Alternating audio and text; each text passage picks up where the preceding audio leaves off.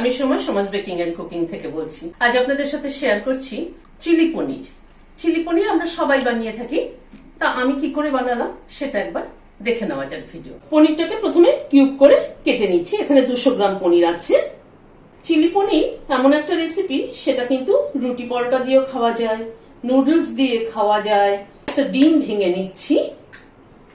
ডিমটাকে প্রথমে ফেটিয়ে নিচ্ছি।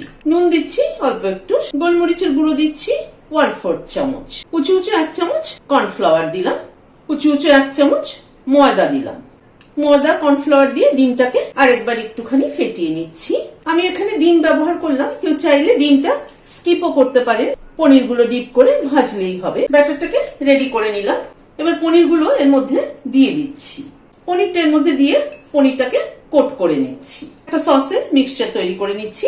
এখানে টমেটো কেচাপ নিলাম 3 টেবিল চামচ, সয়া সস নিলাম 1 চামচ, চিলি সস নিলাম 1 টেবিল চামচ। সবকিছুকে একবার একটু মিশিয়ে নিচ্ছি।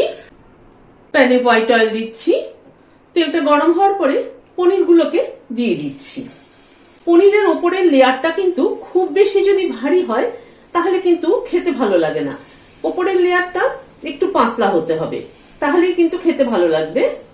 গ্যাসের ফ্লেমটাকে মিডিয়ামে রেখে পনিরটাকে ধীরে ধীরে ভেজে নিচ্ছি। পনিরগুলোকে উল্টে পাল্টে ভেজে নিচ্ছি। পনিরগুলোকে উল্টে পাল্টে ভেজে নিলাম। আমি কিন্তু পনিরগুলোকে ডুবো তেলে ভাজলাম না, শ্যালো ফ্রাই করলাম। আপনারা চাইলে ডুবো তেলেও কিন্তু ভেজে নিতে পারেন। আবার একটু সাদা তেল দিচ্ছি। তেলে এখানে 2টো পেঁয়াজ জাস্ট খোলাগুলোকে খুলে নিয়েছি, দিয়ে দিলাম। এখানে একটা ক্যাপসিকামকে এরকম ডুমো ডুমো করে কেটে নিয়েছি। পেঁয়াজ আর ক্যাপসিকামটাকে জাস্ট একটু টস করে নিচ্ছি। পেঁয়াজ আর ক্যাপসিকামটাকে এই মিনিট খানেক একটুখানি টস করে নিলাম। রসুন বাটা দিচ্ছি 1/2 চামচ, আদা বাটাও দিচ্ছি 1/2 চামচ। আদা রসুন বাটাটা দিয়ে একটু নাড়াচাড়া করে নিচ্ছি। আদা রসুন বাটাটা দিয়ে আবারও মিনিট খানেক একটু নাড়াচাড়া করে নিলাম। এবার সসের মিক্সচারটা দিয়ে দিলাম। বাটিটা ধুয়ে একটু জল দিয়ে দিচ্ছি।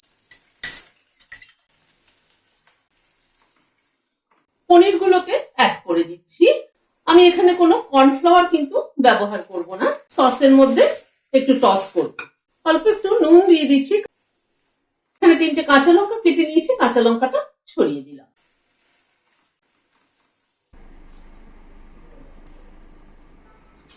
খেতে কিন্তু দারুণ হয়েছে। আমি কর্নফ্লাওয়ার ব্যবহার করিনি, কারণ কর্নফ্লাওয়ার ব্যবহার করলে আমার সেটা ঠিক খুব একটা পছন্দ হয় না আর কি, সেই জন্যই ব্যবহার করিনি।